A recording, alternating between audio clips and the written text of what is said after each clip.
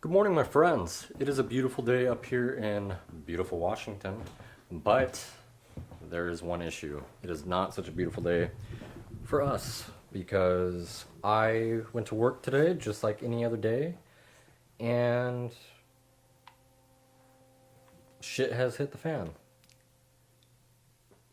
My company is broke as a joke, and it has put us in a predicament that I have to look for alternative employment, which is not fun, and it's scary, and it's nerve-wracking because we don't live in a good place, and when you see a homeless community literally surrounding you, it makes you scared, and that could be you real quick.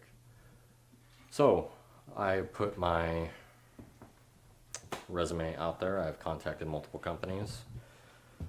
But, you know, the problem with this is that my company is broke. They have not really announced it to anyone. The only reason I found out was because I walked into a meeting after work yesterday. And actually, this morning was supposed to be a very big day, a very exciting day. I even got a haircut for it. I trimmed up my beard. It looked nice, you know. But I had a meeting with my boss today to discuss my wages because when I moved up here from Utah, I had let me explain the situation. I don't think we've really explained this. I had 2 job opportunities. I had a job opportunity in Longmont, Colorado, and they were offering full health insurance paid for me and my family, $17 an hour, and Longmont's like rated one of the like 5th place best places to live in like America or something like that. So we were excited about it. And then about a week later, I had another opportunity present itself up here in Seattle, making, they told me between $25 and $30 an hour. So we took it because they said company phone, company vehicle. We always wanted to live up. Yeah, we always wanted to be up in the Pacific Northwest. Yeah. Because ever since my uncle got married in Cannon Beach, we, you know, it's appealing up here. Well, anyway, we move up here, and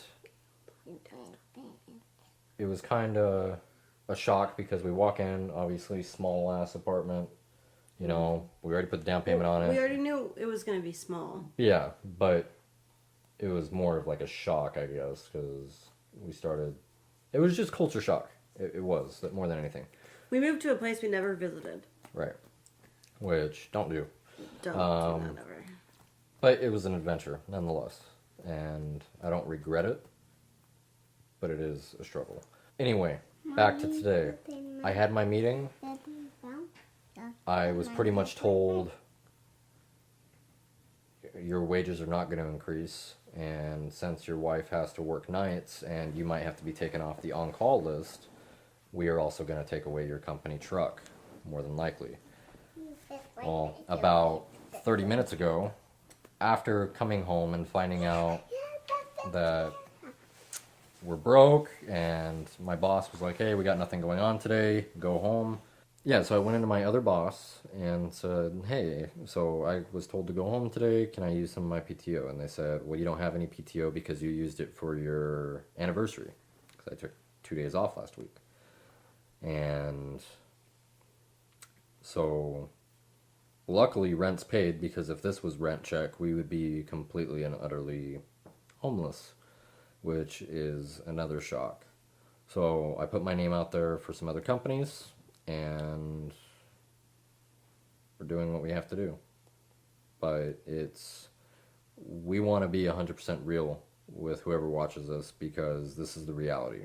Like, this is everyone's reality, I feel like. You know, one misstep, you know, but people don't want to talk about it. And I have these conversations with my brothers and my friends. Hey, how are you doing? Oh, I'm good, man. How are you? no, really, like, how are you doing? Oh, I'm actually not doing too good. I'm actually not doing good at all. And I want to know how people are really feeling, and I want to know what's really going on in people's lives. So I hope that if you're our audience, you are interested in that. This is a no BS zone for us. Mm-hmm. We are being 100% transparent with everything we are doing, and this is just us, you know? And it sucks.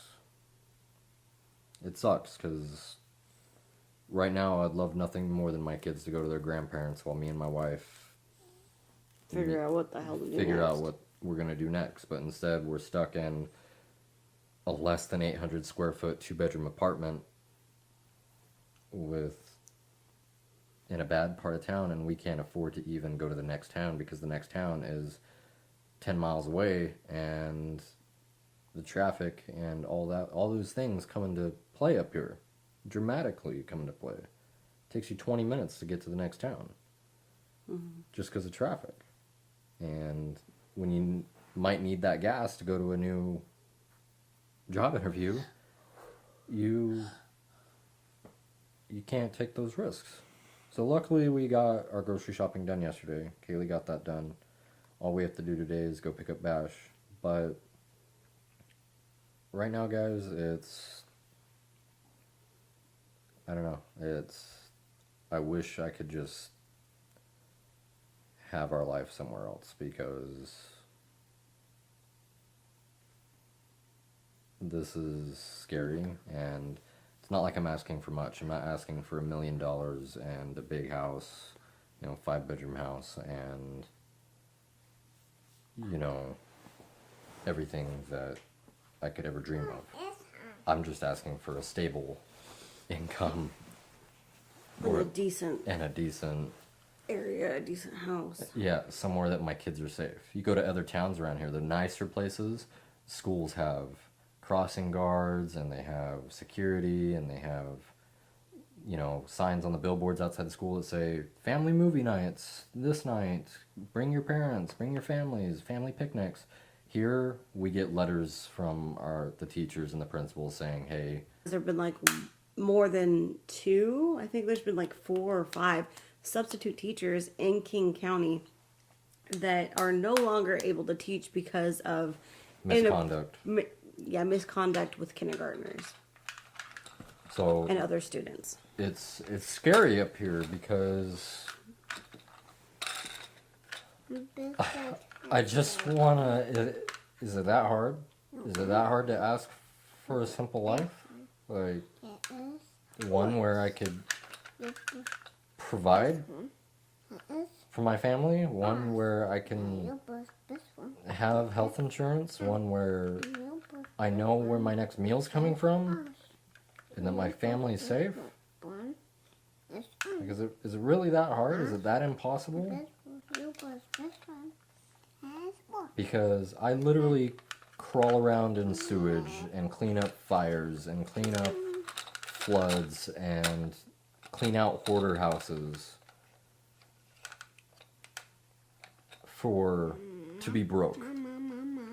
But and expose myself to asbestos and heroin needles and crack pipes, and I'm surrounded by people that are on drugs all day, out in the public, and that's my daily routine. But there are houses I go to clean up disasters at their house, and you got a 20-year-old who makes $500,000 a year playing a video game. The system's screwed up. Zach got a phone call, so we will talk to you guys soon. Yep. Yep. Whoop whoop. Yeah, I bet a bash. Well, hello, guys. So, I'm gonna eat another pumpkin cookie.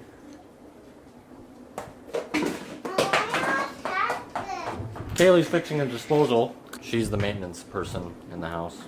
She fixes things that I don't know how to fix, and kills spiders. Yeah, she kills the spiders. But Bash is home. what we talked about earlier, I got a job interview tomorrow, which is good. And we're gonna go see how it goes. We have quite a few opportunities. So just kinda ride the wave. But just want to give an update, guys. So today has been very rough. We are trying to comprehend and think of our next steps when we truly don't know what those are. And it's fucking terrifying. I know that we have each other and that's all that matters, but it's really freaking hard right now. We're trying to figure out like what to even think right now because we don't even know. Hi, But Mom. I have a project.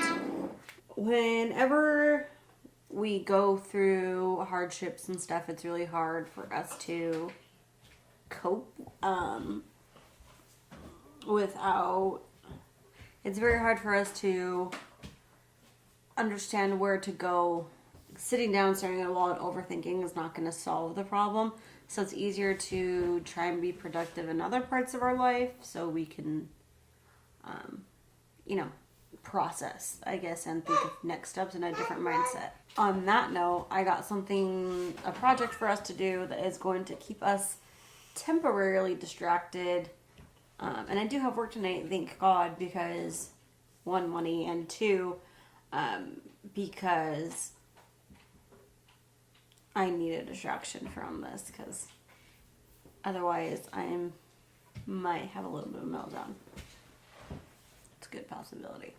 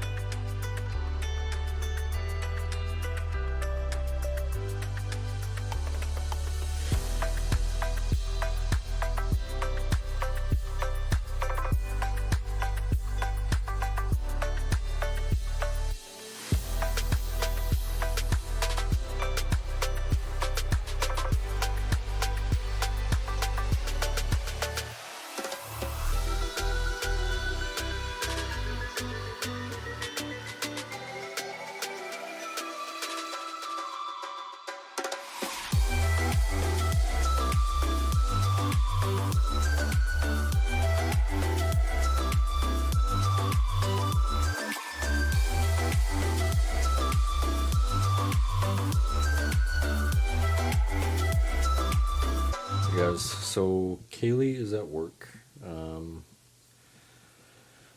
I'm just hanging out, but kind of want to go over a recap of today. So things aren't going too well at work. Made some calls. I have some opportunities, some great opportunities, and we're gonna see how those play out. It was rough today, and at times I let my emotions get to me, but at the same time, I'm one of those guys that I hold things in, and it's not healthy. But, with that, I gotta flip the coin and find the positive. So, positive is that tomorrow's a new day, and it's exciting. But I'm gonna go say goodnight to the kids, and they just finished brushing their teeth and getting in bed. Hey guys, so that's a wrap. Tonight's done. Yep. So, what do we say, guys? Bye bye. Good night. See you guys tomorrow.